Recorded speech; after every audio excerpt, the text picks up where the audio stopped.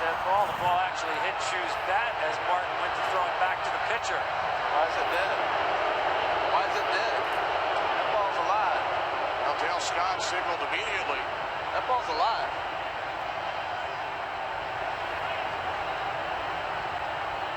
Unless he thought that Chu crossed over the plate.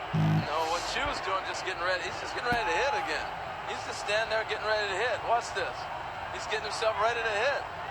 And that's just a throwback and a hit the bat. That's not Chu's fault. That is not interference. That's the same motion he does that every at bat.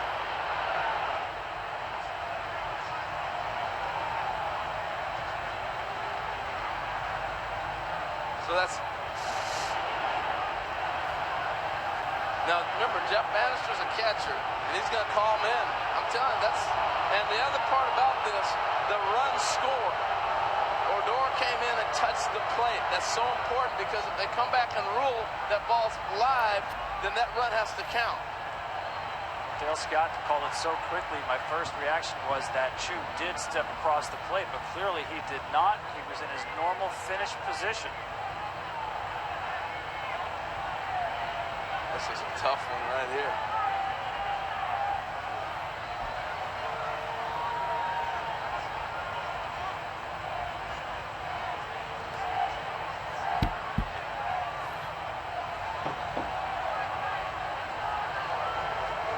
Now, the interesting thing here is you got two catchers that are managers.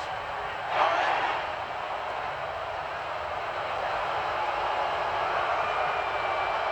And this is.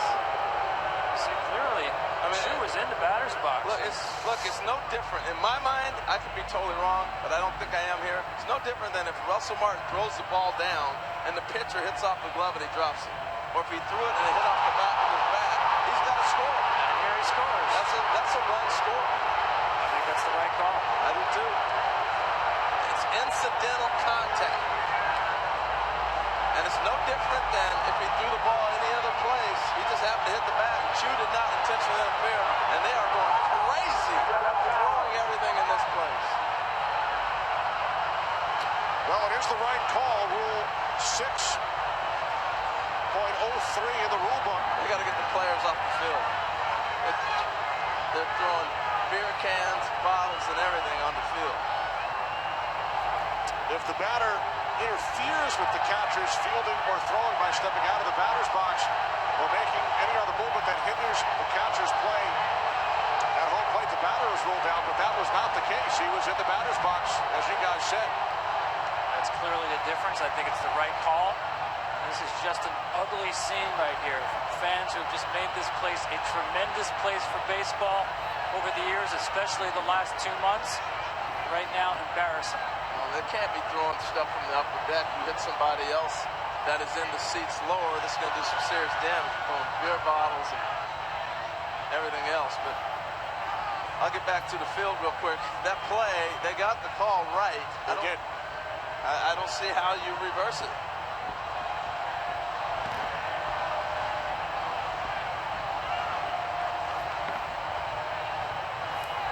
It is not a reviewable play. It's a Can't go to replay. It's a judgment call, and the umpires all got together, all 6 of them. Dale Scott, the crew chief. John Gibbons looking for an explanation. Well, the only way I can go back and explain it is the throw is made. So once that ball leaves Russell Martin's hand, that is a throw.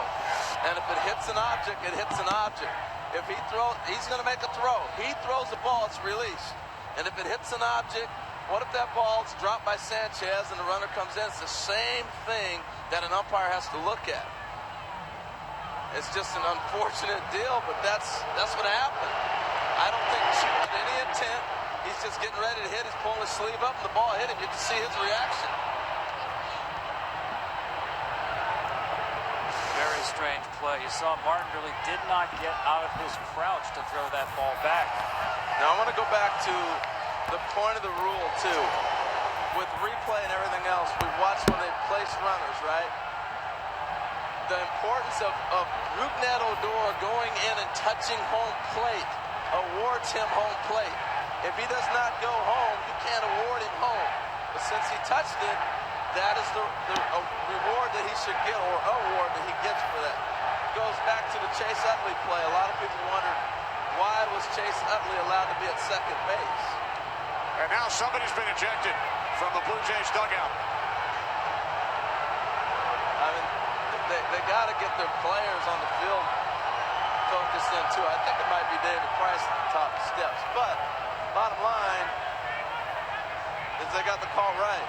It's Brett Cecil right now. I'm not sure he was the one who was ejected, but he certainly is carrying on as if he were. Cecil not on the active roster. So they didn't lose much. Suffered a torn calf back in game 2. So why don't you read that rule again? Well, first, the public address announcer has requested that fans refrain from throwing objects onto the field. Now they're throwing more. Folks, some of these bottles are coming from the upper deck. You got to remove the Very big players. ballpark. Cans as well. You got to Extremely dangerous. Take the players off the field. They need a timeout. Take the players off the field.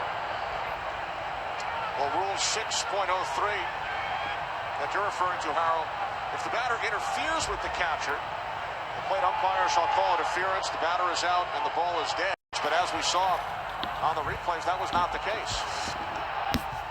I always look at, is this normal movement?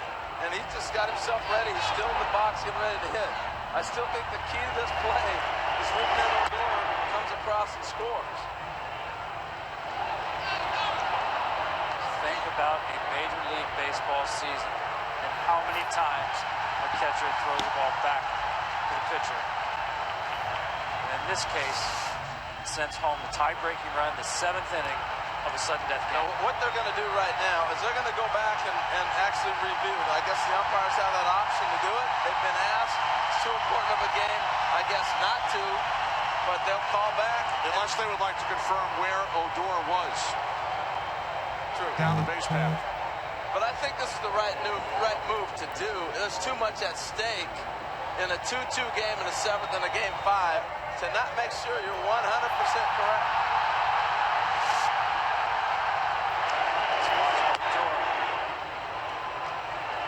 Time is never called. That's the other thing. Essentially, you didn't call time. By the time Dale Scott had called time, Odor was already on his way to the plate. Right. And this type of play is not listed as far as plays that are subject to review. However, as we said, they could be looking at where exactly Odor was. Well, I think the enormity of the situation calls for them to go ahead and make the call. There's no problem when they make the call back. For those that don't know, you call back to Chelsea, New York. The supervisors are there watching the games where replays are done from. You get a person who's not emotionally attached to the game right now to give you their perspective. And I think that's very important. That's Dale Scott, the crew chief on the right. Well, if they reverse the call, we're going to be here another 30 minutes with Jeff Bannister arguing. But my point here in the beginning was you've got two managers that are catchers.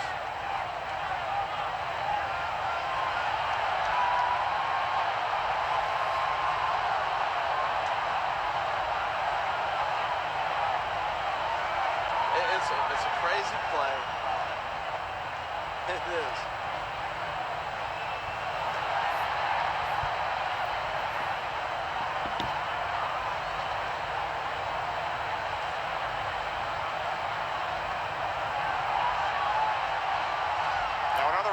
Could be the fact that Dale Scott waved his arms so soon and ruled no play.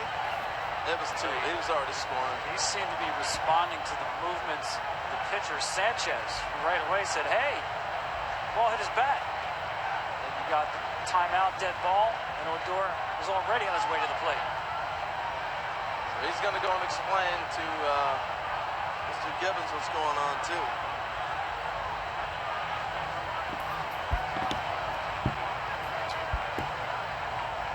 So here's manager John Gibbons looking for an explanation from Dale Scott. I don't think this... He said the batter's in the box still. He was saying the bat was not in the box. I think that's what they're looking at, whether the bat of Chu was extended beyond the batter's box. His feet were in the box. Game's under protest. That's what Dale Scott just called. Well, I'm not sure that's going to do them any good. The rule of a protest is you can only protest a rule that is improperly applied. You cannot protest a judgment call. Let's watch the bat of Chu. To me, that's in the box. And again, we've referred to Rule 6.03, and another element of that rule, reading from the Major League Rulebook, if the batter is standing in the batter's box and he or his bat is struck by the catcher's throw back to the pitcher, and the umpire's judgment, there is no intent on the part of the batter to interfere with the throw. The ball is alive and in play. That's exactly what we've been talking about.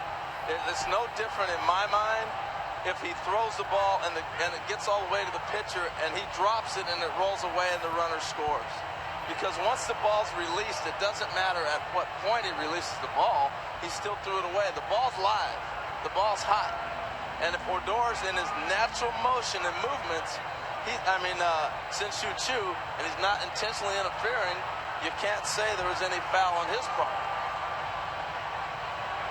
I know it's hard to hear, but that's the facts and that's the rules.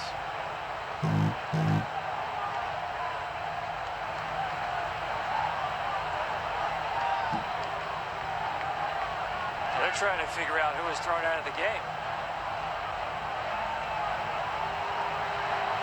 Well, I would have volunteered Brett Cecil. Yeah, somebody's not on the roster. I'd raise my hand right away. Yeah, you got me.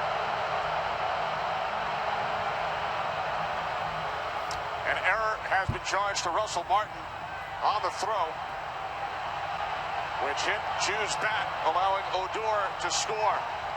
People got to quit throwing beer cans out of the upper decks. You're hitting people down below. There was someone in the first row who just got hit by a beer can from the upper deck. Or from anywhere, not just the upper deck.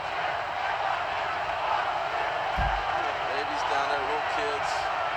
It's sad. Come on, people, let's get it together.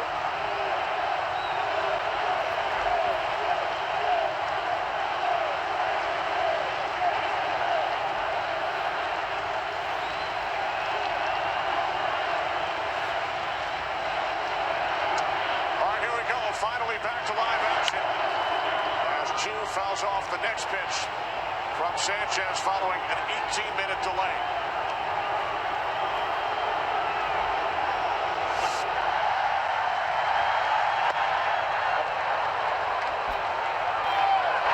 No. Well,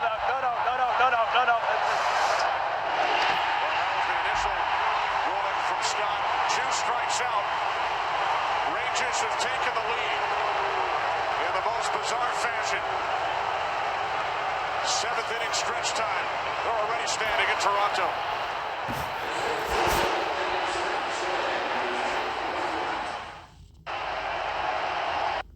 Hey everyone, I'm Jay. Bottom of the seventh inning in Toronto. Russell Martin, who was charged with the error which led to the go-ahead run. Martin leads off against Hamels,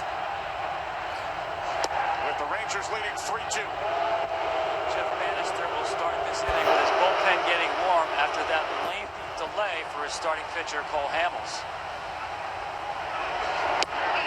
The delay was 18 minutes after Martin's throw back to the mound hit the bat of Chu.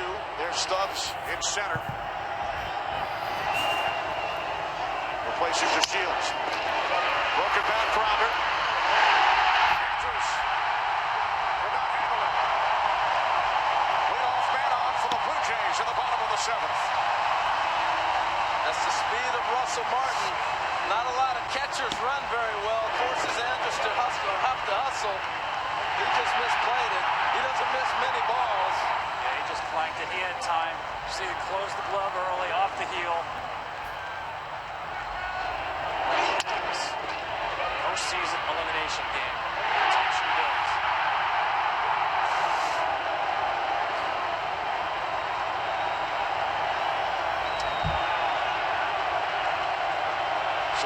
committed by Andrews. Here's Pilar, who has struck out twice today.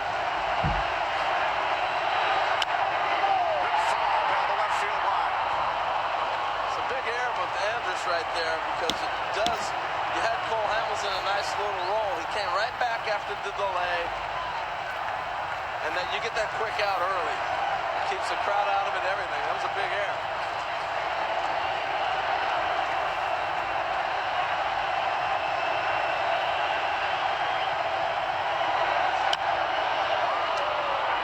Two on Pilar. Well, and they're going for the juggler right now. You got Justin Smoke out on the on-deck circle, hit with Goins. So they're going to make a move. I thought maybe you might see Pilar moving a little bit, but that's not going to be the case. Moving, meaning move the runner, not the case here.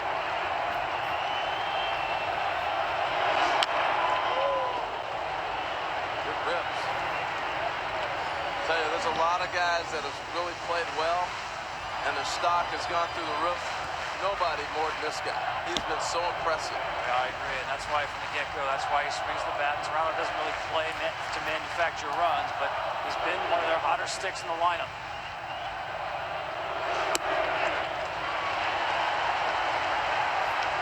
We've watched him have some power.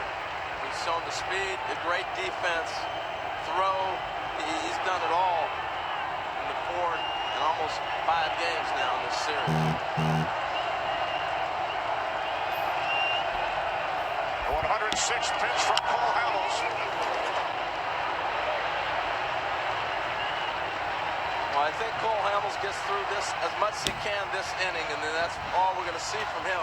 This is going to be a bullpen game the rest of the way out. He's got Pilar in swing mode right now. He's been pounding that cutter in. Very surprised Hamels shows him anything in the zone.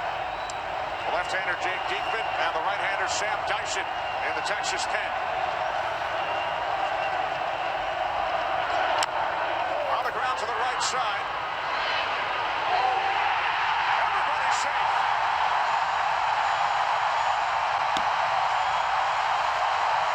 Oh, my. You got the left-handed first baseman. He's got the easy throw for the force. And Moreland just shanked it. Once again, tension, late innings, postseason elimination game, nothing routine. Well, what happens here, it allows them to bring Goins back out here to bunt. Andrus almost came up with it, but now you take Justin Smoke back. Look at Russell Martin take the lane out right there, and that takes away a little bit of the angle to throw, and that causes a little bit of a shank, but I think he had already gripped the ball poorly before Russell Martin made his turn.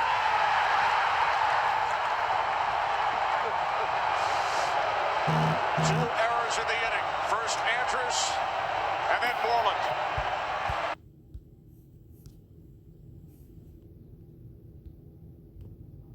Point is, they've taken Justin Smoke back, and now you manufacture. You bring Goins, it leaves Goins in the game to drop the bunt.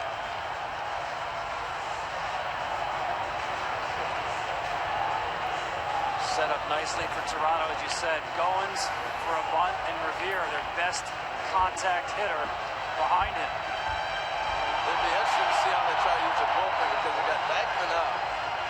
You want him to pitch to Revere if you get to that point. And you have Dyson as well, but then you go to all the right-handed hitters.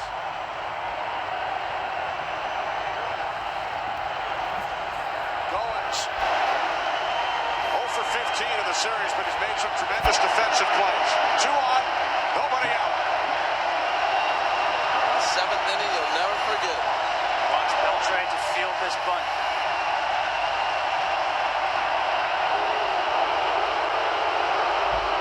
And that's all just to see if Goins is squaring around.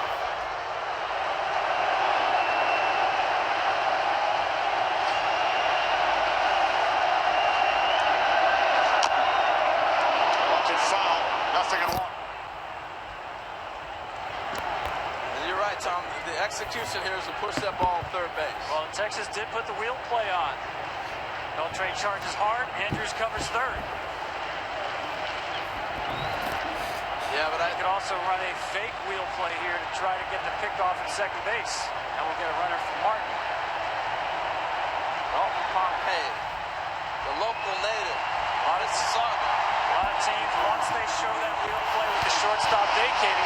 shortstop break early and move the second baseman in behind on a timed pickoff play. Pompey has to be careful not to leave too soon cheap.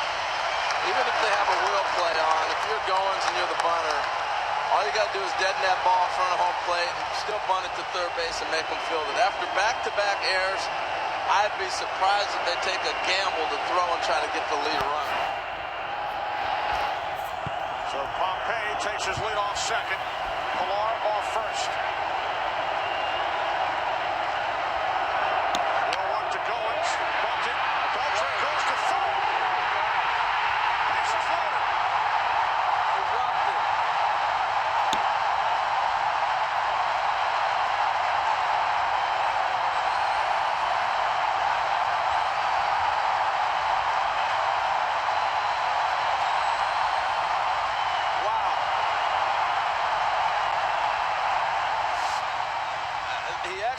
Great execution. Look at Beltran, the spin, perfect throw, and Andrus just dropped it. He just dropped it.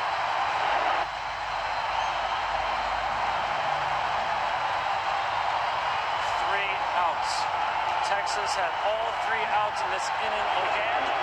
They sit here with none, and the bases loaded.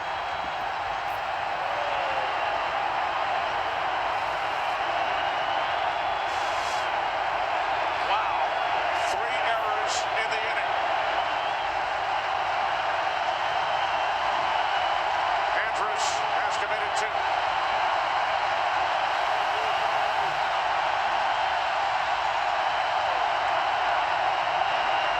Ben Revere with the bases loaded. Infield in. 1-run game. Strike 1. That's where Revere's speed comes into play. Look, if you're Cole Hamels right here, you got to get a strikeout. Ben Revere puts the ball in play. It's a run. So this is where you're looking to get a strikeout, and then hopefully you can get the Donaldson, maybe get through it. If you're Ben Revere, you got to just put the ball in play.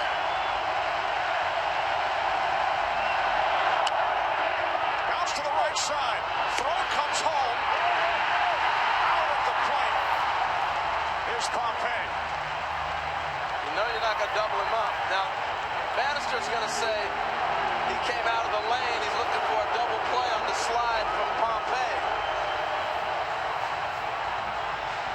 With all the catcher rules protecting the catcher, you're going to see the play. Jimenez comes up. He's got a force. But I think Pompey's in the right. You got to take him out. He's still on the plate. He's engaged to the plate. You got to take him out. I thought it was a clean play.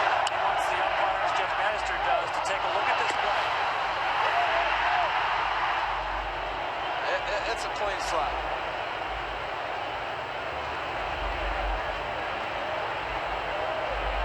If this was at second base, you want to be within being able to touch the base. He's within being able to touch the plate.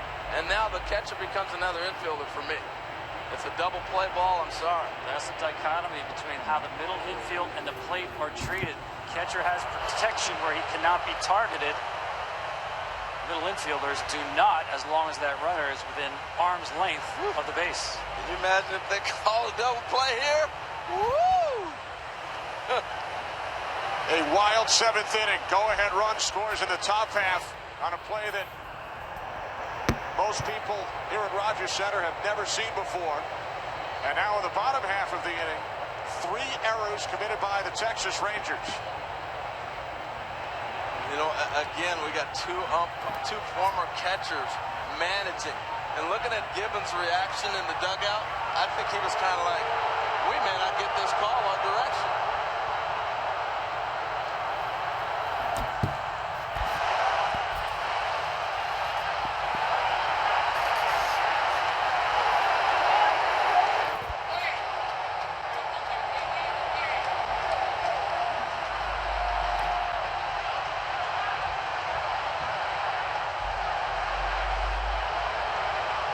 One more look.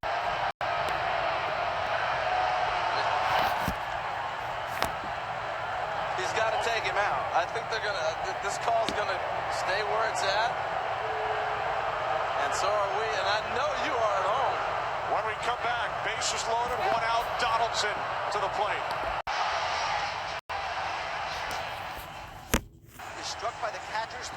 to the pitcher, and in the umpire's judgment, there is no intent on the part of the batter to interfere with the throw, then the ball is alive and in play. Now, people wondering why was there a review there?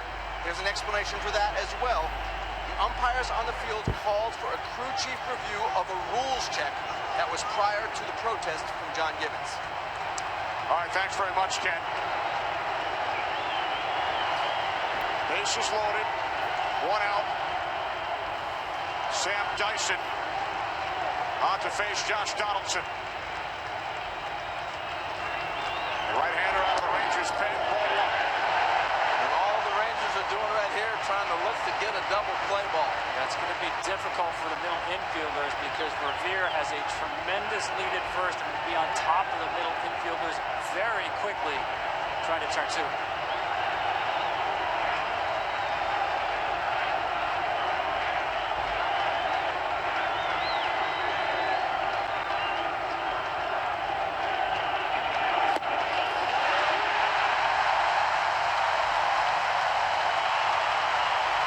These are the moments that you look for if you're Josh Donaldson. You're sitting 2-0. It's the clincher. Texas has had a bad inning, and they got to come to you right now. 3 errors in the inning committed by the Rangers. And now time is called by the home plate umpire, Dale Scott. Dale Scott's had a tough inning, but he's got the calls right. He really has. The slide right there and the ball off the bat.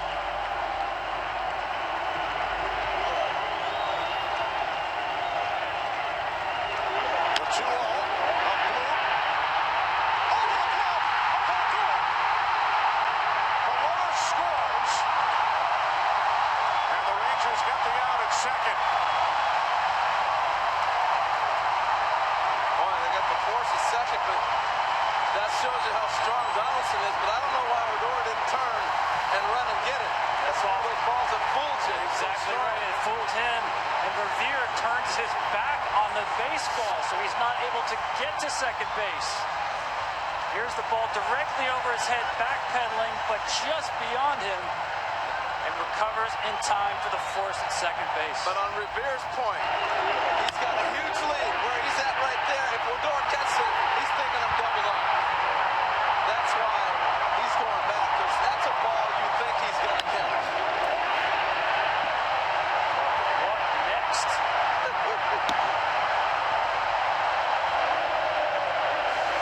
What an inning. We are tied at 3. Dyson 2, Bautista. Are we tied? Oh, my goodness. Oh, what a game, huh? What an inning.